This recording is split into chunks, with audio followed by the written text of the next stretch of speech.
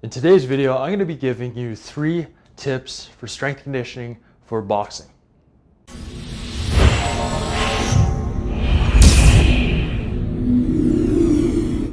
Yo, what's up guys? Eric Wong here, and today we're going to talk about something a little bit different than MMA, which is boxing, and specifically strength conditioning for boxing. Now, if you're a boxer, you're in the gyms, you're probably seeing a lot of old school trainers, and you probably hear a lot of stuff like, weight training is no good for boxing, or weight training will make you slower. So if this is something that you hear often, or you're still not even sure about yourself because these trainers have trained successful champions, or these trainers have been around the game for 80 years or whatever, then you've got to read this article right below that I've got listed right here. You can click that link and it'll take you over there. But if you understand that weight training actually can be beneficial for boxing, then this video I'm going to show you and tell you a few tips that you can implement into your training to improve your strength and conditioning, your power, your conditioning, and also your health for boxing. Okay, so I've got 3 tips for boxing strength conditioning for you here today. Now let's start with number 1. You're not a bodybuilder, so why are you playing one in the gym?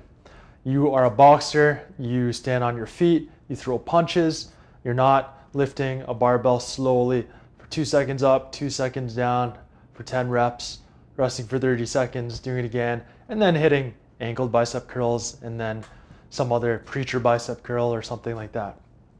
There's no point in training like a bodybuilder if you're not a bodybuilder. So one of the things that you can do is train based on the movement patterns, which I've done a video on that before.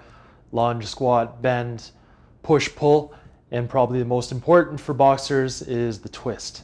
It's important because, number 2, train this plane.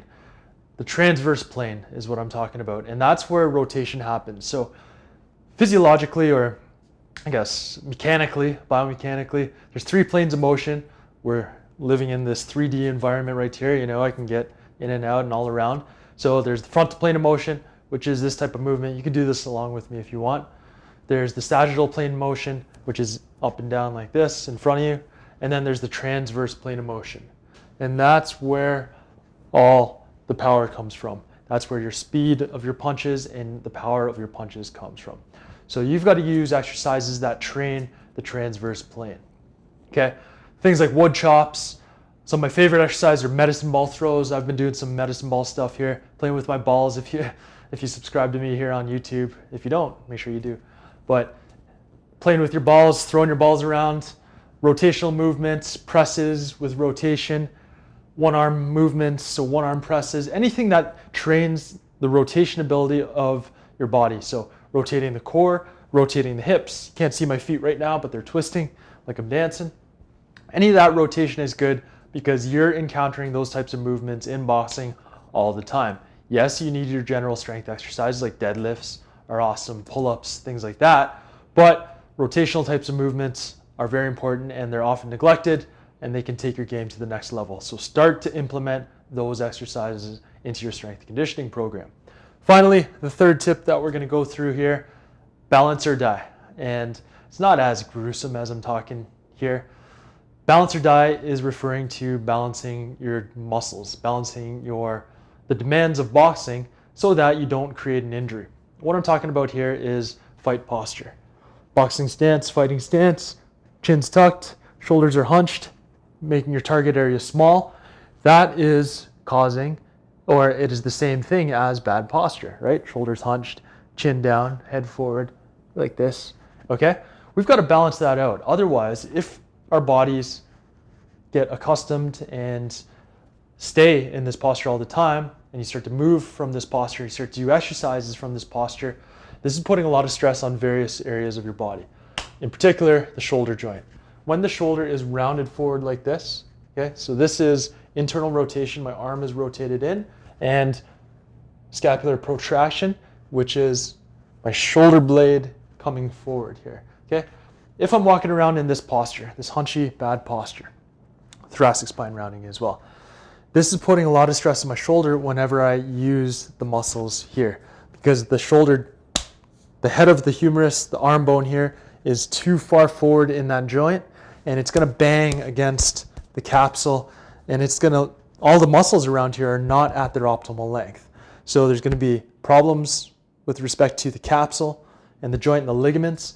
And then the muscles, because they're not at their optimal length, they're not working properly, they're very inefficient, they're going to have to work a hell of a lot harder to do their job, which is going to create things like tendonitis, little overuse injuries, basically. Okay, so balance the body. Easiest thing to think about is, I'm just going to give you the basic principle here, do the opposite. So fight stance is down low, you want to get open and extended.